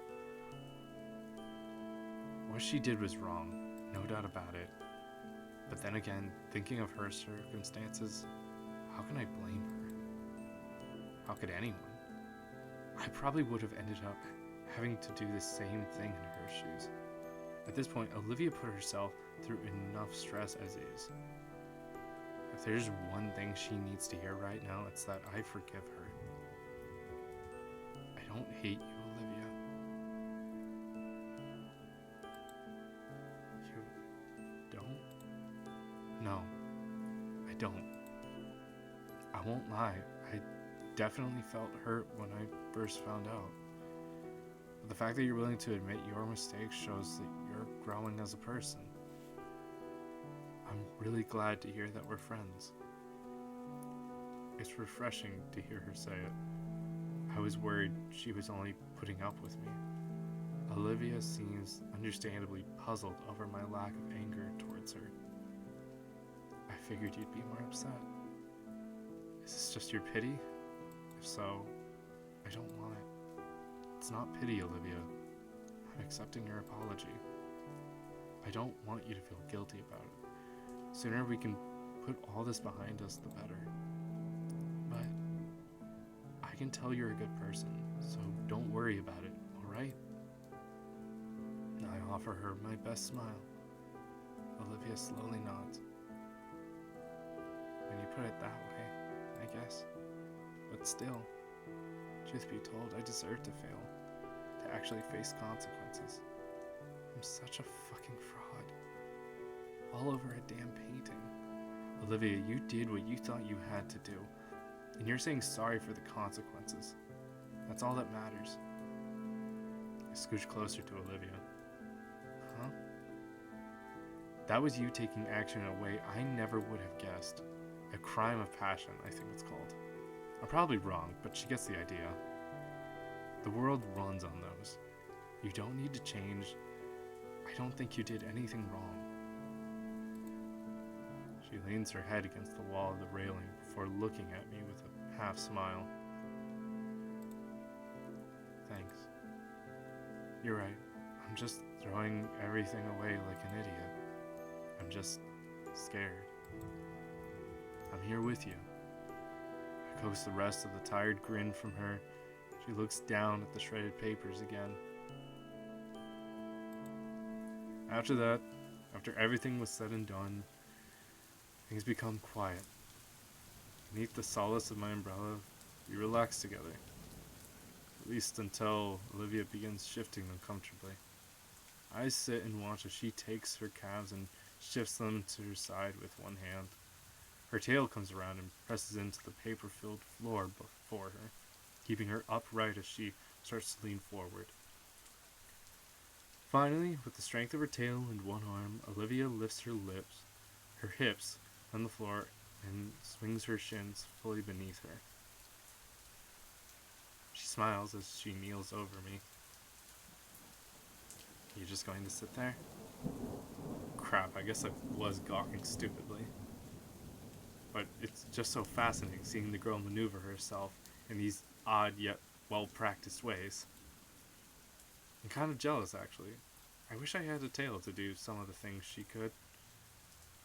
I press my hands down on the floor and push myself up. I don't know why I had thought to stand, but instead I shifted myself to a kneeling position too. We're face to face now. Oh yes! Yes! For a split second I feared the worst as Olivia drew me into a hug. I don't know what she would do, but this? I like this. For how strong her arms are, how they're wrapped around my chest feels exceptionally tender. My own arms have enveloped her, returning the embrace in a similarly soft way. No, Mitz, stop it, stop it, stop it. And as her arms loosen, I draw back, though I don't want to take my hands off her. That was nice. Don't make it weird. Sorry about that.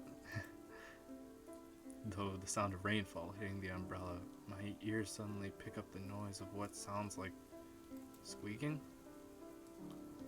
I look down and see that there's something shuffling in Olivia's pocketbook.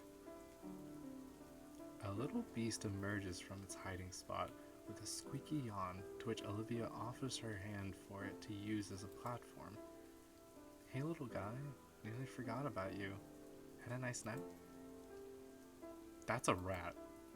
Oh right, you two haven't met each other. Inco, this is Guts. Guts, meet Inco. Oh, hi Guts. I awkwardly wave at the apprehensive-looking rodent. Oh my goodness. Olivia lifts Guts to her shoulder gracefully, like her hand is an elevator for him. You brought him to school? Well, yeah. I just really needed him today since, all the crap that's happened. She gives Guts a few scritches under his chin. I bring him sometimes when things get rough. And nobody noticed? You haven't. Touche. But Aiken did, once. He just told me not to let him run around the school, otherwise it would have been considered a health hazard or something. The tardy bell rings out in the distance. We're late for our next classes. I'm sure the Dakin will understand. We should probably get back to class. Here, hold this. I give Olivia the umbrella so she and the rat can stay dry while I go fetch the wheelchair.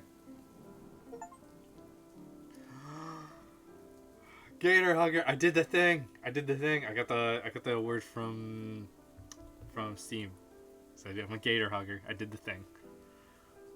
By now, it's settled some into the mud. This wheelchair has definitely seen better days. After dusting off the dirt and pooling water the best I can, I make my way back. Thanks. She offers the umbrella back, but I make sure to hold it above her. I keep the wheelchair steady with one hand as Olivia climbs into the seat, using her tail to help herself up. Oh, this ain't a view. We stand in the rain in silence for a moment, only sharing content glances. So, what do we do about the contest now? That's a good question. Ben was there when I saw my name on the painting. He already went to tell someone. So like you said, no harm, no foul. What about your own submission? I ruined it. I scratched the back of my head. It wouldn't have won anyway. It's just a picture. Oh. I thought it was pretty okay. Hearing those words from Olivia sends a strange flash of heat to my face. It's not unpleasant, but again, those honest words from her really do cut through me for some reason. Thanks. A loud squeak draws my eyes to Guts as he stands atop Olivia's shoulders. You two? A wry smile stretches across Olivia's face.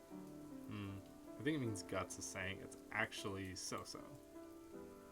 Hey, have some slack. Guts, Inco didn't have any time to make anything for the contest. He's got some high standards. Yep, that's why I've gotten so good. The sheer absurdity of it. I don't know which of us broke first, but our laughter fills the air, heard only by us as the rainfall cuts off all other noise. So, now what? I don't know. I don't want to go yet. Still pretty worn out. Worn out. Smile crosses my face as the wicked idea comes to mind. Well, too bad. What? I I walk around behind Olivia, grinning like a mad idiot. Inco, what are you doing? Inco? Inco! Her head tries to follow me as I stand right behind her chair. I figure that pushing your chair around is really tiring, so how about I help you out? Olivia blushes and looks away. Fine, but just for today. Turning to the campus was certainly awkward. Passerby shot us looks. It's not the most common scene to see a girl in a wheelchair just roll in, sopping wet and tracking mud in. More likely, though, it was because said girl had taken to using my umbrella to hide herself from those looks. She was already extremely red in her face. It was a conundrum: drop the umbrella and let people see her, or keep it up and draw more attention. Off-road Hot Wheels.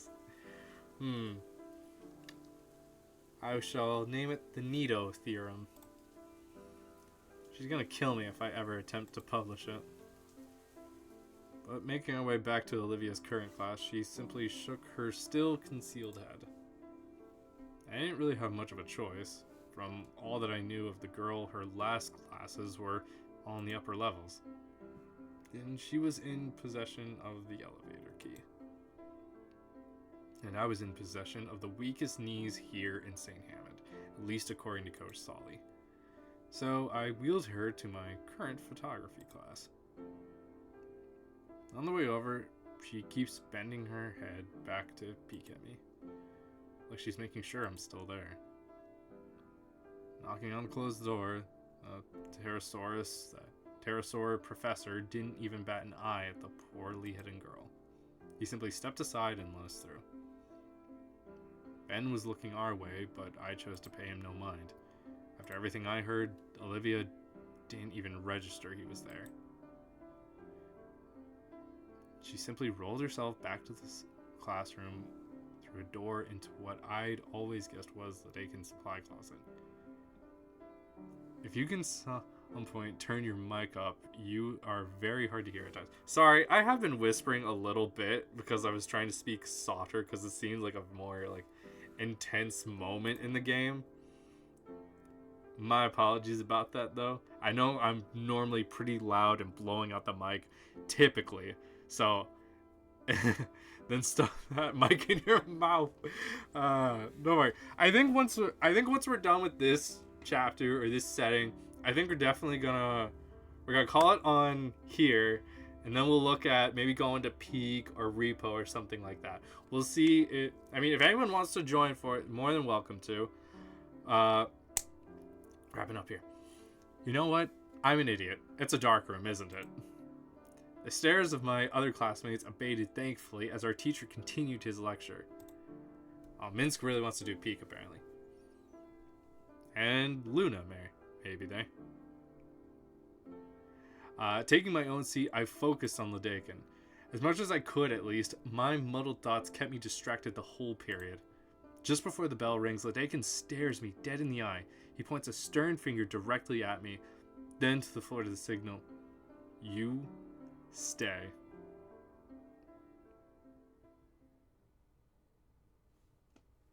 Alright, okay. Hey, enjoy your editing. I understand it's a difficult process, which is why I don't do much of it. Once everyone has left, he closes the door and locks it. Oh, I don't like being locked in a room with Terra Daddy. So, care to explain? Explain, sir? He opens the door in the back and signals Olivia to come on out. The mud, the drenched clothes, the declaration of sanctuary. I was having a bad day. She's looking a bit better, still drained, but she's not shivering. Her rat sits on her lap, and Ledakin extends a finger down to scratch under its chin. I can see that. He takes a seat against a nearby desk and waves a hand for Olivia to go on. When she doesn't, he shifts his hand to me. I look between the two of them. Mr. Ledakin's expectant leer, and Olivia's pleading eyes. Ultimately, I shake my head in the negative. I just helped Olivia get out of the rain. Of course. He slouches further atop the desk. Can I tell you some other time? Sure. Whatever it was, it looks like you've recovered pretty well. Olivia doesn't answer verbally, instead giving him a bashful smile and nod. Was it about your work again? Yeah. Oh, this girl. He turns to me and points a thumb at her. You know, the work she's so concerned about absolutely wrecks the grading curve in my class. For the sake of the other students, I had to put a limit on extra credit assignments. Really? Yeah. Never before would I even consider such a restraint. Why punish someone for working too hard? I would think to myself. Then 4 years ago, this little green goblin comes rolling into my class, half a semester and more than a few angry calls from parents later. My hands were tied. Young lady simply does too dang much. Olivia smiles, but doesn't look up from her pet. It was much better than all the other students? Well, no, I don't grade by technique. If I did, you'd be in big trouble, Inco. Damn, just calling me out. Olivia's work was very good even then, but the main thing I admire is how motivated she can be. I haven't seen someone so enthused to just paint in years. Certainly haven't seen anyone so enthused that I had to change the rules like that. You were worried it'd stop me. Was I? That definitely sounds like me. But it didn't stop you. Not even a little. Heck, that year, you even got me to see some things differently. I don't think I ever did anything like that. You did when you came in after class the Friday before Mother's Day. Take a look at this. He handed the quill pen, and the first thing I note about it is how soft the feather portion is. It's the special pen you always use. It's actually from my wife. Sorry, Stracha, he's married. Whoa. Inspecting it closer, I can now see more of the intricate details, from the faded engravings on the shank to the maintained but worn point.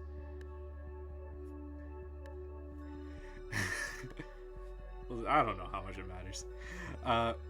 It's well made and kept, and yet the feather and brass showed its age. She came in that afternoon with a whole stack of crumpled painting drafts, so frustrated she couldn't get it right, and so determined to make it perfect. I say any of these would be great. Your aunt would love any of these. And she fires back, if it's not good enough for me, why would it be good enough for someone I love? I did not have an answer. So I tell her to take a step back. We take a few hours to go over fundamentals once more. I send her home to try getting it right over the weekend, and come Monday, she returns and hugs me first thing. Damn, I'm not a homewrecker. Well, good on Mr. Ledakin's wife, you lucky bitch. That Friday night, though, what she said was on my mind. I talked about it all night with my wife. Then that morning, I decided to make a change for myself. My wife was molting all the time, so there was always a new feather or three in our blankets each morning. I took the biggest one, preserved it right, got a bit of help to make it into a real pen, and I've used it ever since. Helps me remember to do my job right, not for the people I care about, for the people I care about, and for the people my students care about. I think what it was, it's that childlike reasoning that comes so naturally for the youth. That reasoning, it makes a type of innocent, earnest dedication, something I think I'd lost for a while. Don't give me so much credit. You haven't lost it, have you? Good. Don't lose it for me, okay? Okay. Ledakin yawns and stretches, as I'm sure many people are listening to this right now. It's been dramatic for the past, 30-40 minutes, I know. You feeling alright to go to your next class? Yes. I'm ready. Great. He claps a hand over my back. We should do this again sometime. Mr. Ledakin ushers us out of his classroom as the late bell trills, handing us a note he's rapidly scrawled on.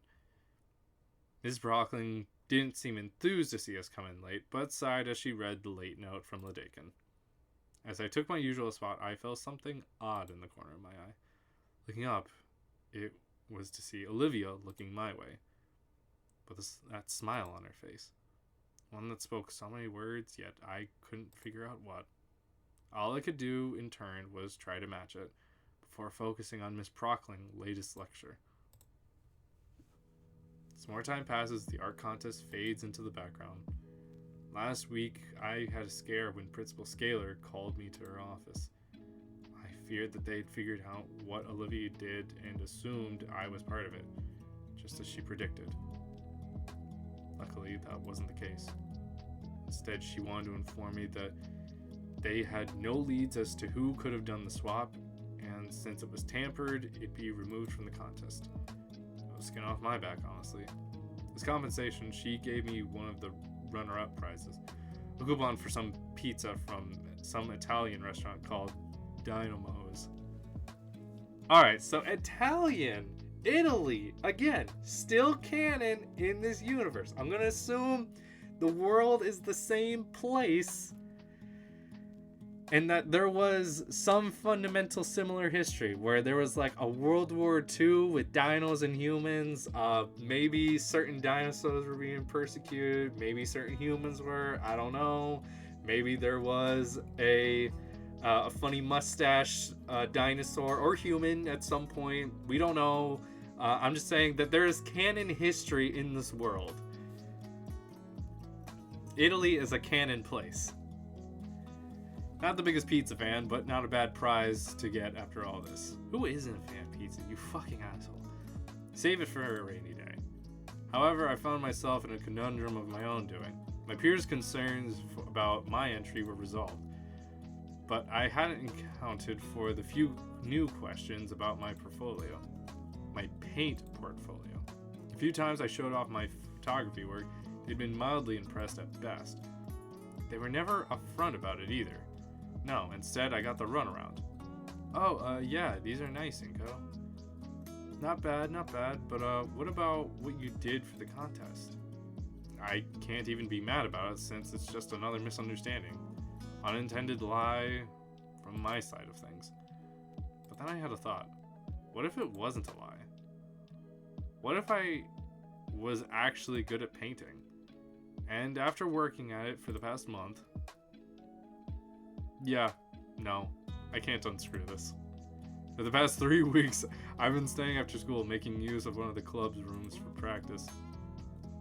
Yeesh, Inco, did you listen to any of the tips I gave you? Using everything I had at my disposal, namely the textbooks from Mr. Ledakin and how-to tutorials online, I'd stay as late as possible trying to get the same skill level as Olivia. And as I stare at the horrid acrylic monstrosity before me, I can do nothing but weep at my own inadequacies. Not actually weep, but squinting at the Lovecraftian horror before me. Lovecraft! Alright, another canon person! We know things that are same in this world. Same, but different.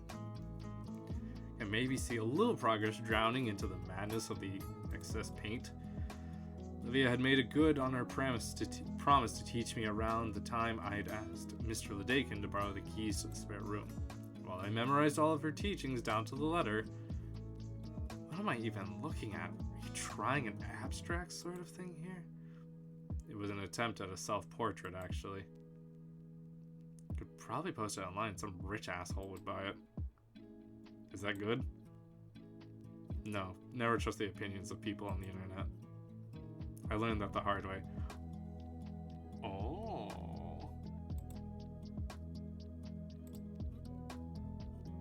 After a brief period of awkward silence, I let myself collapse on the stool behind me and toss off the oily apron in frustration. At this rate, I'm going to be a double fraud or something. You know, it is reaching halfway into stream time, so I think probably gonna have to call it here on I Wanna Hug a Gator. we've completed the task. We've beaten the game, pretty much. I hugged the gator. There's a lot more story after this, apparently. In fact, I don't even think we're actually like halfway through the game even. But we're gonna call it on this for now, and we're gonna go over towards Peak, because look, I do have some friends who look like they're still ready to join me if available. So I will look at